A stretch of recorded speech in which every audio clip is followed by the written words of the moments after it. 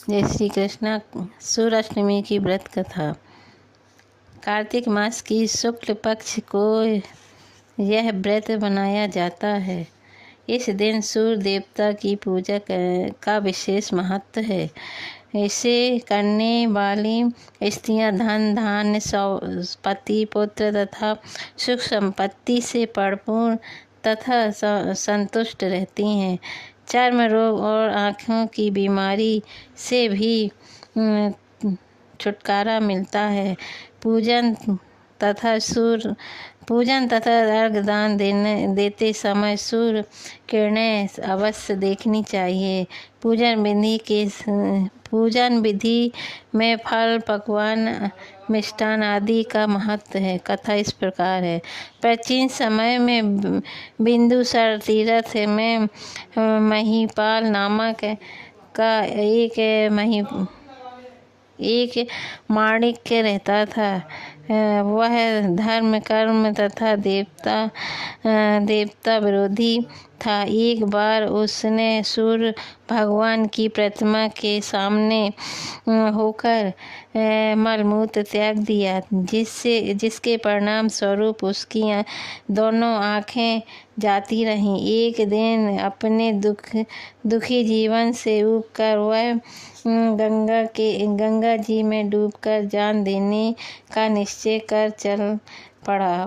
रास्ते में उसे ऋषिराज नारद जी मिले और पूछा, कहिए ब्रह्मर्षि जी, कहाँ जल्दी जल्दी भागे जा रहे हैं? अंधे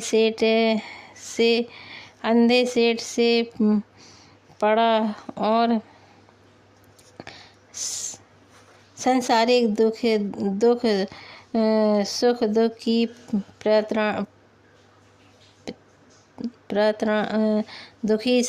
दुखी होकर प्रताड़ित हो प्राण त्याग करने का इरादा बतलाया। मुनि दया से गदगद होने वाले हैं। ज्ञानी तू प्राण त्याग मत कर। भगवान सूर्य के क्रोध से तुम्हें यह दुख भुगतना पड़ रहा है। तू कार्तिक मास की सूर्याष्टमी का व्रत रख, तेरा दुख दारिद्र्य मिट जाएगा। बाणिक ने वैसा ही किया तो वह सुख संपत्ति पूर्ण दिव्य ज्योति वाला हो गया। जय श्री कृष्ण। गोपालाष्टमी की व्रत कथा।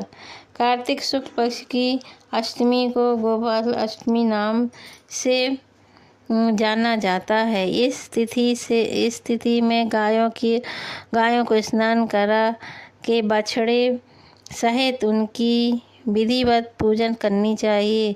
जल, अक्षत, रोली, गुड़, जनेऊ, वस्त्र तथा धूप दीप से आरती उतार कर परिक्रमा करनी चाहिए।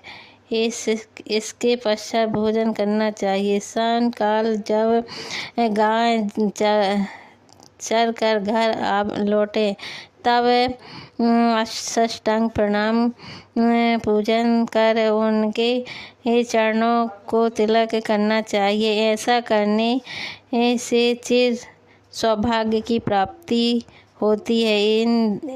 इसी दिन भगवान कृष्ण को भी गोचरण रज के लिए वन में भेजा गया था। जय श्री कृष्ण।